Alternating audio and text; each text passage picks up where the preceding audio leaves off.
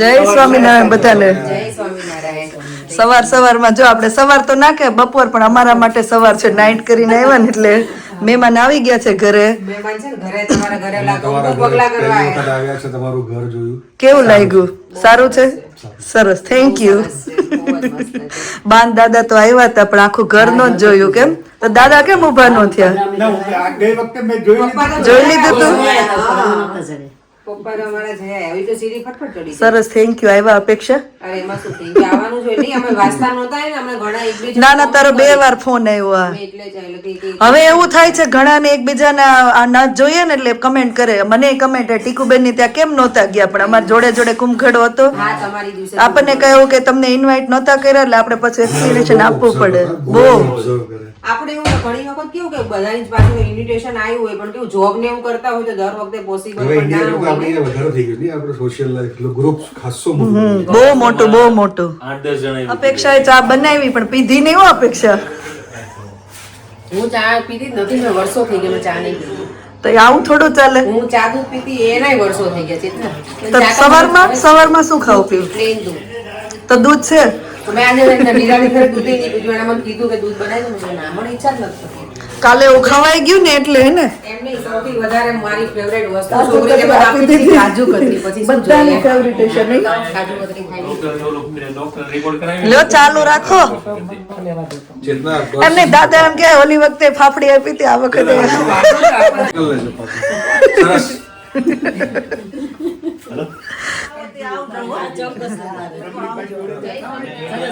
હાલો બા આવજો. જય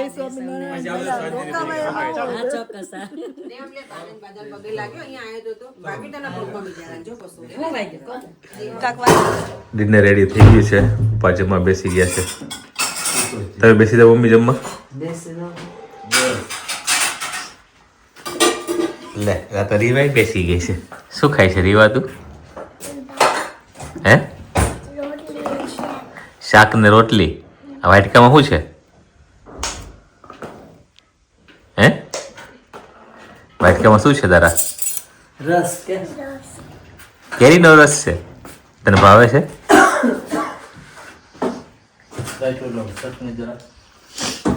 હાલો જતું જમવા બે જાય. હાલો નિર્વા બેન આવે પછી ને તારે વહેલું નીકળવું પડશે. થોડુંક ટેસ્કો હજી બંધ છે. ટેસ્કોનો રસ્તો બધા પૂછે નિર્વા ક્યાં રહે છે? નિર્વા અસ્મિતા ભાભી ઘરે રે, હિરલબેન ની ન્યા રે, અલગ અલગ જઈને જ્યાં ગમે ને ત્યાં રે. ટેસ્કો વાળો રસ્તો હજી બંધ છે. હા હજી છોકરાઓને ખાઈને પણ લેતો જાય ને તો દુકાને નીકળ પડે. આજ તો છોકરા ને ભાભી ભાભી ન્યા ગયા છે સ્લીપ ઓવર કરવા. પપ્પા હવાર એમ તો નિર્વાણ કે ઓલા છે નહીં મંત્ર ની, તું તાર ફ્રેન્ડ અરે વહી જાય, અમારે શું કરવાનું? એમ તો કે રીવા છે ને રાખજો કે નિર્વા બેને વહી ગયા છે ને ફ્રેન્ડ અરે સાયકલ લઈને. વેકેશન છોકરા એ તો સારું. આવજે નિર્વા. જય સ્વામિનારાયણ.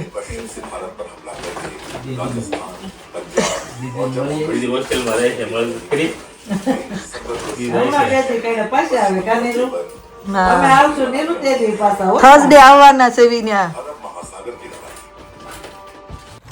બાવલા દેવામાં ઠંડી લાગે છે. નહીં ઠંડી છે મને. મેં કીધું ટોપો પહેરવો પડશે એવું છે. વોકિંગ કરવા આવ્યા પણ હવે ઘરે મહેમાન આવી ગયા, પાછું જવું પડશે ઘરે. કારીવા તો વોકિંગ કરવા ગયા હતા પણ આપણે શું કહેવાય ઘરે મહેમાન આવી ગયા તો વોક કરતાં કરતાં પાછા ઘરે આવી ગયા. અને હવે જો મંત્રભાઈ પણ આવી ગયા છે, આવીને સૂઈ ગયા છે ને એટલા રખડવાની મજા આવી છે ને. અત્યારે નસકોરા બોલાવે છે ગગડાટી. થોડી વારે મારે હલાવવો પડે. કેમ તું એમ તું મજા આવી હતી ને તને? હે? હા ઊંઘમાં જવાબ તો આપ્યો. મધર્સ ડે હતો. આઈ હોપ બધાને મધર્સ ડે શું કહેવાય કે બહુ સારો ગયો છે. અમારા તરફથી પણ બધાને મધર્સ ડેની ખૂબ ખૂબ વિશિસ. કેમ કે સવારમાં આપણે વિશ તો કરી દીધો હતો પણ પછી વિડીયો શૂટિંગને એવું રહી ગયું હતું બધું.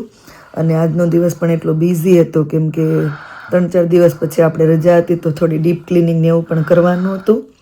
અને વચ્ચે વચ્ચે મહેમાન પણ જે આપણે થેન્ક યુ કે જે લોકો વાસ્તામાં નહોતા આવી શક્યા એ લોકો હજી પણ આપણને મળવા આવે છે અને આપણને નવા ઘર માટેની શુભેચ્છા પાઠવવા આવે છે અને આશીર્વાદ આપવા પણ આવે છે. તો એ બધાને થેન્ક યુ.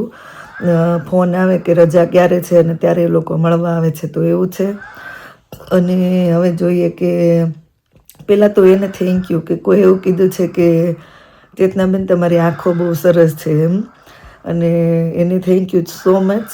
અને બીજા કોઈ એવું પણ કીધું હમણાં જે કમેન્ટ રીડ કરી કે મોઢા પર આટલા ડાઘ નીકળ્યા છે, કોઈ ટ્રીટમેન્ટ નથી કરાવતા એમ.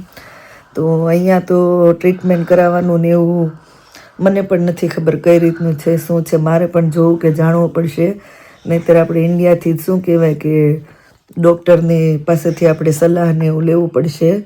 ખબર નહીં અચાનક જ આ 10-15 દિવસમાં જ આટલા બધા ડાઘ ને એવું આવી ગયું છે. તો જોઈએ થઈ જશે સારું. એ તો હમણાં થોડું કામને ટેન્શન હતું એટલે હોઈ શકે કદાચ. અને થેન્ક યુ ઘણાએ આજે તો મને લાગે થેન્ક યુ બ્લોગ જ મારે બનાવવો પડે ને એવું છે કે મેં એક સવાલનું કીધો હતો કે કોઈ મને સજેશન કરજો ને એના માટે થેન્ક યુ. ઘણા કમેન્ટ આવેલી છે કે તમે શું કહેવાય કે આ ક્રીમ વાપરો કે આ વસ્તુ વાપરો, ઘરગથ્થુ ઉપાય તમારી ડેઈલી લાઈફમાં ના થઈ શકે તો એના માટે આ કરવું જોઈએ. અને આપણા એક વ્યૂવર્સ છે અને અમારા અહીંયા નેબર્સ છે, એમણે તો શું કહેવાય કે મારા માટે એમના પાસે જે આ ડાર્ક સ્પોટ રિમૂવર હોય એ પણ આપણા ઘરે આપી ગયા છે કે ટ્રાય કરો, તમને જો માફક આવે ને થાય તો પછી તમે શું કહેવાય ડેઈલી યુઝ કરો એમ. તો એ બધાને થેન્ક યુ. સરસ શું કહેવાય કે આપણને સજેશન પણ આપેલું છે. પણ કહે ને કે વસ્તુ જાતા કોઈ પણ બોડીમાં હોય કે સંબંધમાં હોય, શું કહેવાય કે ડાઘને કટ પડે કે ડાઘ પડતા તો વાર નથી લાગતી, પણ એ ડાઘ મિટાવવામાં અને સંબંધ સુધારવામાં અને એમાં બહુ વાર લાગી જાય છે. તો ડાઘ તો ફટાફટ પડી ગયા છે પણ અહીંથી 1-2 મહિનામાં જતા રહેશે ધીમે ધીમે. તો એવું છે ને. આપણે પણ હવે ઘરનું તો બધું ઓલમોસ્ટ તો નહીં પણ 70% જેવું કામ થઈ ગયું છે. તો હવે આપણી પણ હેલ્થ અને માટે આપણે પણ હેલ્થને આપણે ધ્યાન આપશું તો થઈ જશે બધું બરાબર. એવું છે. હવે કોઈની એવી બીજી કમેન્ટ પર છે કે ડિમ્પલ કેમ નહોતી વાસ્તામાં. તો એવું કંઈ નથી. ડિમ્પલ વાસ્તામાં એને જોબ હતી, હાફ શિફ્ટ હતી એટલે 3 વાગ્યા પછી આવેલી હતી અને પછી સાંજ સુધી રહેલી હતી. બધા જતા રહ્યા તો પણ જે આપણે કામ ને એવું બધું વાસણ ને એવું સાફ કરતા તો બધું ક્લિનિંગ ને એવું કરવાનું તો લાસ્ટ સુધી ડિમ્પલ હતી તે. અહીંયા શું કહેવાય આજે સવારે જેમ અમે ને અપેક્ષા એને વાત કરી એમ કે અમારા ગ્રુપની તો હવે મોટાભાગના બધાને ખબર જ છે. તો બધાને ઇન્વિટેશન મળ્યું હોય અને શું કહેવાય કે અમારે પણ જવાની ઈચ્છા ને એવું તો હોય પણ જોબ ને એવું હોય તો ના પણ જઈ શકીએ. ઘણાને જોબમાંથી રજા પણ નથી મળતી, ઘણાને શિફ્ટ ચેન્જ કરવાની હોય તો એ પણ નથી થતું. તો ઘણીવાર સમય અને સંજોગ એવા હોય તો આપણે જતું પણ કરવું પડે અને ટાઈમે પહોંચી પણ ના શકીએ, એવું બની શકે. તો જેણે પૂછ્યું એને જવાબ મળી ગયો છે કે ડિમ્પલ આવેલી જ હતી વાસ્તામાં. પણ મને લાગે મેં ત્યાં આગળ કીધું જ્યારે અસ્મિતા ભાભીની કમેન્ટ હતી કે એ નહોતા ત્યારે. અને એ વિડીયો જેણે ધ્યાનથી જોયો હશે એને ખબર હશે કે જ્યારે યજ્ઞની આહુતિ આપવાની હોય છે ત્યારે અસ્મિતા ભાભી ને રૂપાબેન બે જોડે આવે છે અને ઘણી જગ્યાએ મારી પાછળ પણ વિડીયોમાં દેખાય છે. પણ ખબર નહીં હવે વિડીયો ફટાફટ જોયો હોય કે કટ કરીને જોયો હોય તો એને ના દેખાયા હોય. તો એવું હતું. તો જેણે પૂછ્યું એને જવાબ મળી ગયો છે કે ડિમ્પલ તો આવેલી જ હતી પણ ફોન મારા હાથમાં કેમ ના હોય એટલે કેમેરામાં કેપ્ચર ના થઈ હોય અને છેલ્લે સુધી રોકાઈ પણ હતી. તો એવું છે. અને ચલો હવે આજે બહુ ખાસ નહીં, આપણે બહુ થાકેલા છીએ. નાઇટ કરીને આવીને પછી આપણે ડીપ ક્લિનિંગ કર્યું, બધું કામ કર્યું અને હવે મંત્રભાઈના નસકોરા સાંભળતા આપણે સૂઈ જવાનું છે. તો અહીંયા બ્લોગનો એન્ડ કરી દઉં છું. મળીએ પછી નવા બ્લોગમાં. Thank you for watching and C you hour next blog. જો બ્લોગ સારા લાગે તો જલ્દીથી લાઇક, શેર અને સબસ્ક્રાઈબ કરી દેજો. ધ્યાન રાખજો તમારું. Good night and by.